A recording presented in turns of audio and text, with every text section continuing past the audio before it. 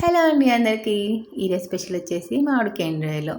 ఈ curry taste ఎంత బాగుంటుందో, వాసన మాత్రం వండుకుంటే 4 ఇళ్ళ అవతల వరకు వెళ్తుంది. మన ఇంట్లో కూర వండుకుంటే పక్కింటి వాళ్ళకి కూడా తెలిసిపోతుంది వీళ్ళు ఎండ్రాయిలు ఎండు చేపలు వండుకుంటున్నారని. ఇంకా ఈ ఎండ్రాయిలు నేను లూలు మార్కెట్కి వెళ్ళినప్పుడల్లా తీసుకొస్తూ ఉంటాను. మా వారికి అయితే చాలా ఇష్టము. వండుకోవడం కూడా చాలా సింపుల్. ముందుగా ఈ ఎండ్రాయిల్కి తలతోక అవి తీసేసి నీట్గా వాటర్తో వాష్ చేసేసుకొని వాటర్ అన్ని డ్రైన్ అయ్యే వరకు ఉంచుకొని పక్కన పెట్టుకోవాలి.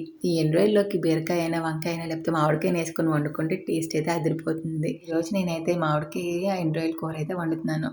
చేసుకోవడం కూడా చాలా సింపుల్. ముందుగా కడాయిలో ఆయిల్ వేసుకొని అందులోకి ఎండ్రాయిల్ వేసుకొని ఒకసారి వేయించుకొని పక్కన పెట్టుకోవాలి. అదే ఆయిల్లోకి సన్నగా కట్ చేసుకుని ఉల్లిపాయ ముక్కలు, పచ్చిమిరపకాయలు, దంచుకుని వెల్లుల్లిపాయ, కరివేపాకు వేసుకుని అన్నిటిని మంచిగా ఫ్రై చేసుకున్నాక ఉల్లిపాయలు బాగా మగ్గిపోయాక ఇప్పుడు అందులోకి చిన్నగా కట్ చేసుకుని మామిడికాయ ముక్కలు కూడా వేసుకొని అన్నిటిని కలుపుకొని ఒకసారి ఉప్పు, కారం అలాగే కొంచెం పసుపు వేసుకొని మంచిగా మూత పెట్టి మగ్గించుకోవాలి. అలాగే ఈ ఎండ్రాయిల్ కూరలోకి గరం మసాలా అవి వేసుకోరు. టేస్ట్ అయితే ఇలాగే చాలా బాగుంటుంది.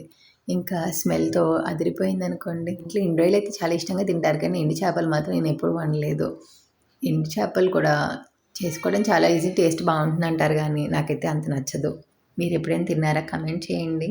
అది మామిడికాయ కొంచెం మగ్గిపోయాక వేయించుకున్న ఎండ్రాయిల్ కూడా వేసుకొని ఒకసారి కలుపుకొని అందులోకి తగిన నీళ్ళు కూడా పోసుకొని మూత పెట్టి మంచిగా ఉడికించేసుకోవాలి. అంతా మంచిగా ఉడికిపోయి దగ్గర పడ్డాక ఇలా ఆయిల్ పైకి తేలుతుంది. ఇంకా కర్రీ అయితే రెడీ అయిపోయినట్టే. ఈ ఎండ్రాయిల్ని వంకాయ అలాగే బీరకాయ కాంబినేషన్లో కూడా టేస్ట్ చాలా బాగుంటుంది. వారికి లంచ్ బాక్స్లోకి ఆయన ఫేవరెట్ కర్రీ అయితే ఉండేసి ఇంకా లంచ్ బాక్స్ అయితే ప్యాక్ చేసేసాను.